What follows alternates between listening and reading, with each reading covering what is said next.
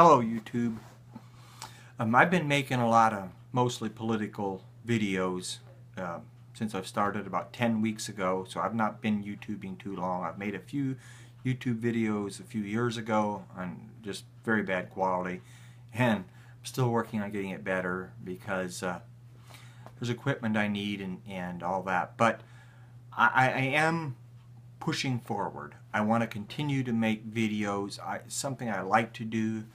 I continue to work on my Twitter account, and I want to build a platform, and not just for my own benefit, which of course anyone doing it has a little bit of an ego. You want to be recognized, but it's not just that. It's because I feel like it's one of the only ways I can affect change in our country and in our Western culture.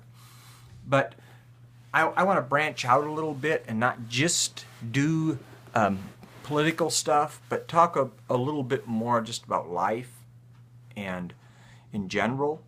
So I want to talk a little bit about what we face when we talk about these things. The unfortunate thing about coming from a nationalist right side conservative point of view, which some of those are getting, conservatism, the right is all kind of disgusting in some ways because there's been so much negativity about it, and I don't mean from the left, I just mean so many years nothing happened. The right didn't do anything. We just went along with everything, and now we're seeing such a move toward nationalism, which is the greatest thing that ever happened to this country, because without nationalism we have nothing. We cannot rebuild our culture, like Congressman Steve King said. We cannot rebuild our culture with other people's babies.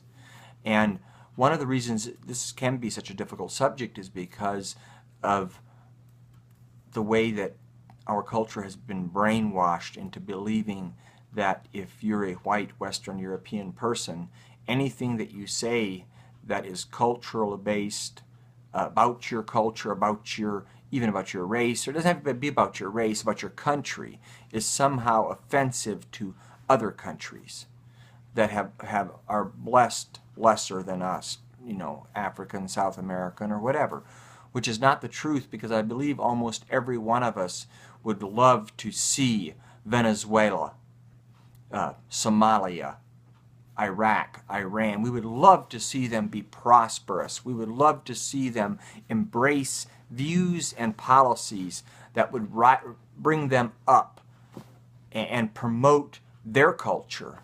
I want Islam to have a culture, even though I disagree with Islam.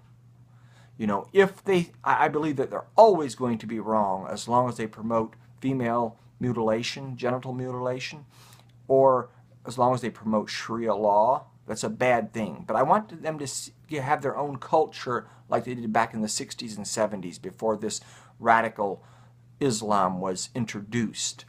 And a lot of that was the West's fault.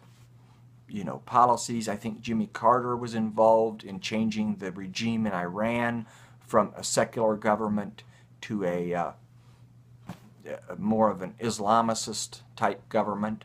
But that be as it may,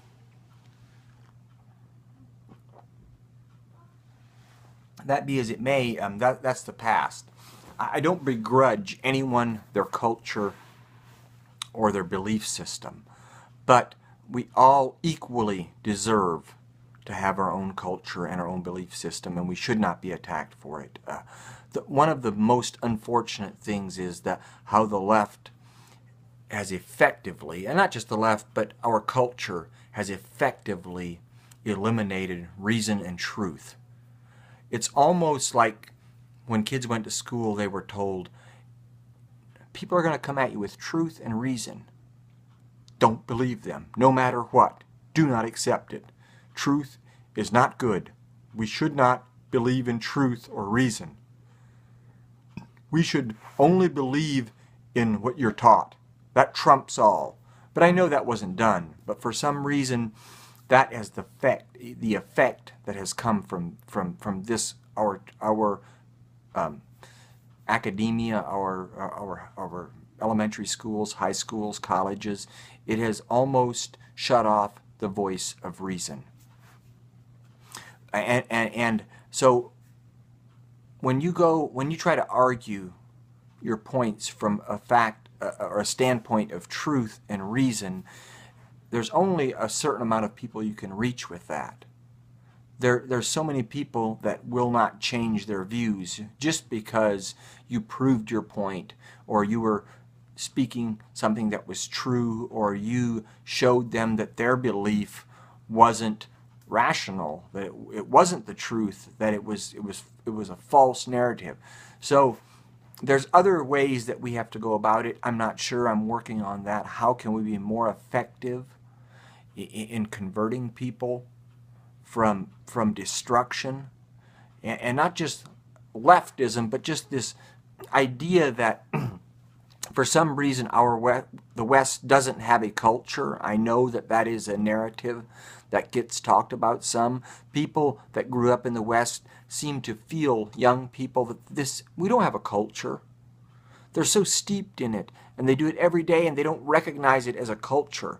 They feel like these foreign countries have cultures that they have the right to maintain, uphold, and promote, even if they come to our country. But for some reason, the West doesn't have a culture. We just exist. It's not cool. It's because they're not seeing their own culture, because they've lived in it. They're steeped in it. Their culture has become so a part of them that they don't even recognize it, and they don't even see value in it. And what is the Western culture? What is it? I believe the Western culture is founded on a few basic principles. One is the freedom of religion, the freedom of free speech, and it used to be the right to protect yourself. And the fourth would probably be the right to a trial by jury, the right to a fair and quick trial. There's probably better ways to term it, but the justice system to be fair to all, and that the assumption that you're innocent until proven guilty. So those are four basic things. Innocent until proven guilty, the right to defend yourself with firearms, the right to freedom of speech, and the first one was the right to religion. Your religion. The right to religion has become a liability to us, I believe.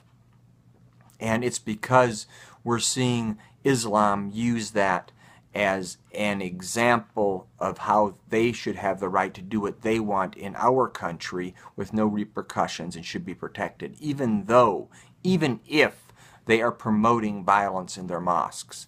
And of course they don't say we should be allowed to promote violence in our mosques and you should do nothing about it. They just act like that's a very small percentage, and the majority of Islam is very peaceful and very reasonable and very understanding to Western views, which we know it isn't. And the reason we know that is because of the Quran, of the teachings of the Quran. And also, even if Islam needs a revolution, it needs to change. Christianity has had its own dark past when people didn't understand the teachings of Jesus. They still were hooked on the Old Testament of judgment and did not recognize that when the New Testament, after Jesus, there became a new way, and it was different. And I'm not going to go into that because that's too long. But I don't believe that people in our country have the freedom, that the freedom of religion is the most important thing for Western culture to endure. I believe it's important, I believe that we should all have it, but I don't believe Islam should be included in religions, because it's not, a religion is only a very tiny, minute part of Islam. It's more political. Islam is much more a political ideology than it is a religious ideology, because it affects more people outside of it. If the religion is only affecting you and the people within you, then yes, you can claim the right to freedom of religion. But if it's affecting everyone around you, then it's no longer a religion that should be allowed in a country of free thinking people. And that's my issue with that. And then the right to protect yourself. That is the basic human right, is to protect yourself. And that should never be infringed upon in any way, shape, or form. When you take people's right to defend themselves away, you have took everything from them. Everything. And I'm going to make an example. I watched a Tommy Robinson. I believe Tommy Robinson is the hero of the West. I believe that he has single-handedly done more for Western culture and Western people than any other person. Even though he's not a great philosopher or a great politician, a great policymaker, but he has put himself out there like no other. He has took risks and took chances that have endangered his life, his livelihood, and his family for